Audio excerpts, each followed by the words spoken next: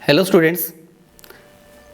Dear students, we have been studying for a long time our book is because we studied our books, but today I have separate topic and different topic.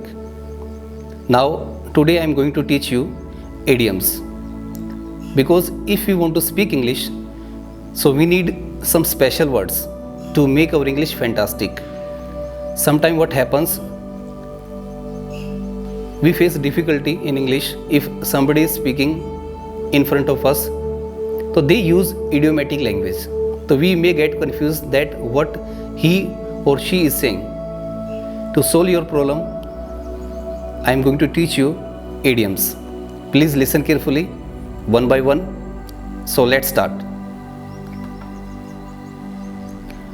On purpose, जानबूझकर. I know he made that mistake on purpose. मुझे पता है उसने ये गलती जानबूझ के की है. Keep in mind, दिमाग में रखो.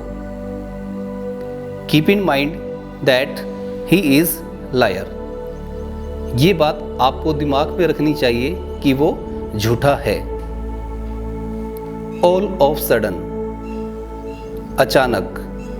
He became serious all of sudden. वो एकदम से गंभीर हो गया. At a glance, एक नज़र में. I recognize her at a glance. मैं उसको एक नज़र में पहचान गया. Run out of,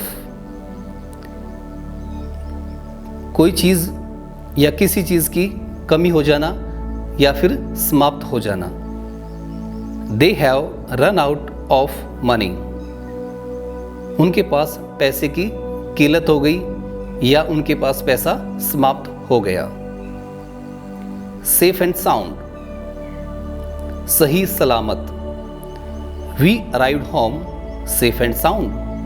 हम घर पर सही सलामत पहुंच गए. Have a word, बातचीत करना. Can I have a word with you? क्या मैं आपसे बात कर सकता हूं? In a nutshell, संक्षेप में. In a nutshell, I don't like him. संक्षेप में मैं उसको पसंद नहीं करता. Around the clock, दिन रात या फिर 24 घंटे. He studied around the clock to pass his exam. उसने परीक्षा को पास करने के लिए दिन रात मेहनत की. Instead of, की बजाय. I would like to make friends instead of enemies. मैं दुश्मनों की बजाय दोस्त बनाना पसंद करता हूँ. In the first place, सबसे पहले. You need to wear a nice shirt in the first place before going to marriage. शादी में जाने से पहले सबसे पहले आपको एक अच्छी ड्रेस पहननी चाहिए, एक अच्छी शर्ट पहननी चाहिए. Out of the question, असंभव. A trip to Shimla is out of the question this year. इस साल शिमला में जाना असंभव है. On the verge of, के करीब या फिर कगार पर. He was on the verge of tear, means वो रोने वाला है. Speak ill of, किसी की बुराई करना. Never speak ill of anyone. हमें कभी किसी की बुराई नहीं करनी चाहिए. Come to light, सामने आना. The truth about him recently come to light. उस के बारे में जो सच्चाई है अब सबके सामने आई है। पोक once knows into others matter, दूसरे के काम के बीच दखल देना। डोंट पोक your nose into others matter, दूसरों के काम में दखल अंदाजी मत करो। ब्रेक द आइस, चुप्पी तोड़ना या फिर बात की शुरुआत करना। लेट्स ब्रेक द आइस, चलो बात शुरू करें।